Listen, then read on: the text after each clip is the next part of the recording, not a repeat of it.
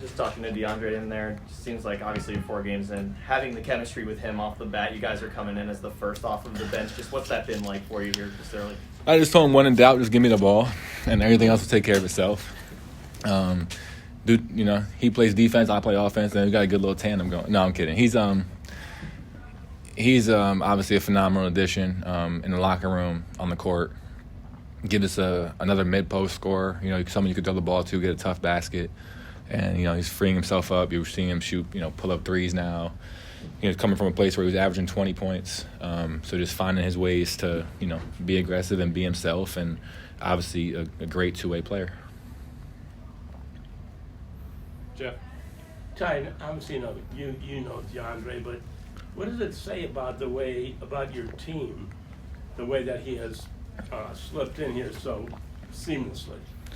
Yeah, I think it speaks a lot to the chemistry we have, to the selflessness of the guys at the top, Don, DG, Evan, J.A., just those guys, allowing everyone to be themselves. You don't always see that with other teams, so they empower everyone to be themselves. Kenny and the staff empower everyone to be themselves. And then obviously DeAndre, he's a special player and a special person. So just coming in, not trying to, mess the vibes up, just, being a team guy first, wanting to win, something we talk about all the time, just trying to win. And everyone's putting that first, and it's paying off. I mean, you had 19, he had 16. There's been different conversations that we've had behind the scenes and on camera about how the six-man conversation has been between y'all two for a majority of the season. He talked about how he would rather you win it than him win it himself. What do you think? He doesn't mean that. That's what he said. He doesn't mean that. So what's that conversation been like behind the scenes for you guys, just to know that you guys are both in that conversation? Truthfully, we haven't talked about it one bit. I'm not even BSing. The only thing we talk about is winning.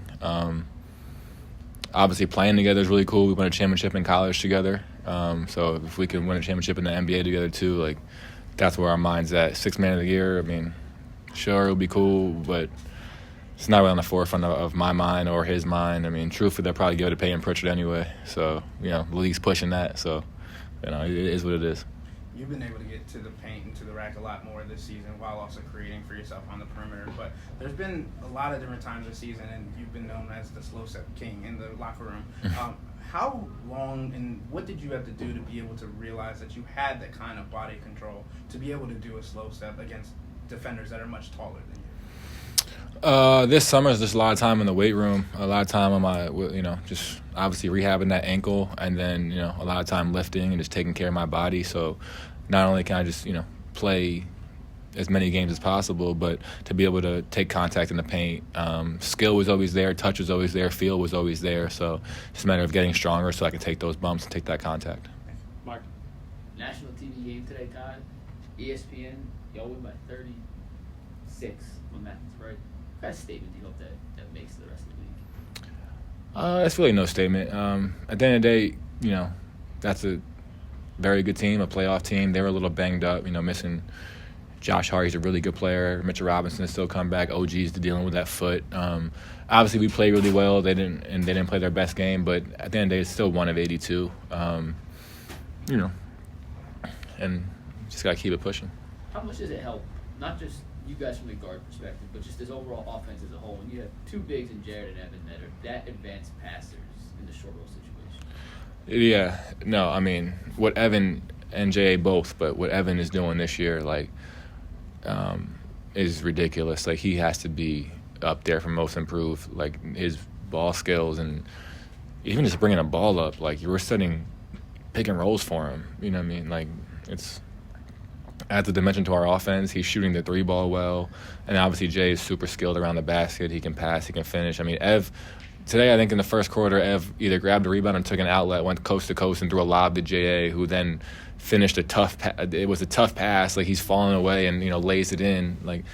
Our 4 and 5 doing that is really unique, and adds a whole different dimension to our offense, and obviously they're special defensively too. Jackson? The depth that you guys are able to play with has really set you apart this year. You guys went 10 deep today, and it feels like every lineup that you had out there was just clicking. How helpful is it to have a team that's this deep? Yeah, it's huge, especially throughout the course of 82, because, guys go down, we haven't really been fully healthy much this year. So when guys go down, it's like you don't really miss a beat. Even, Craig, Jalen Tyson, like we really go 13, 14, 15 deep. So everyone's been stepping up this year. Everyone's ready to play when the number's called. And that's huge in teams that, want to win a championship. Everybody has stepped up when their number's been called. Is there anything that you feel with this team that has led to that happening? I think the empowerment, coaches, players, like they're empowering us. We're empowering each other.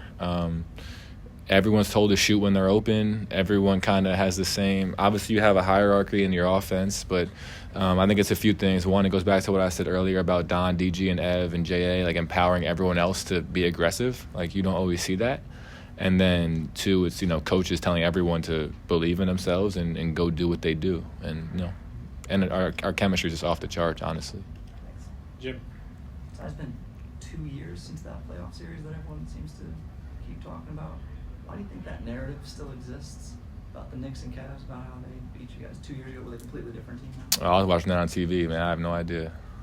So what has changed in your experience about this team since you've been here that might debunk whatever is being said there?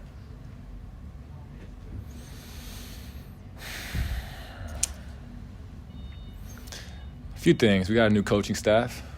That's helped tremendously. And yeah, that's the biggest thing. Ethan, last one. Just wanted to touch on the cap situation and how healthy you feel like yourself is and when that injury took place. The what? I'm sorry. Oh, the calf strain. Yeah, it happened in the Minnesota game here. So game before Toronto. It's been about 10, 11 days now. So it's, the day before Brooklyn, I was, it was a toss-up, but I was going to play or not. It's just like make sure I was ready for this game. Then I woke up and I felt good in Brooklyn. So I'm past it.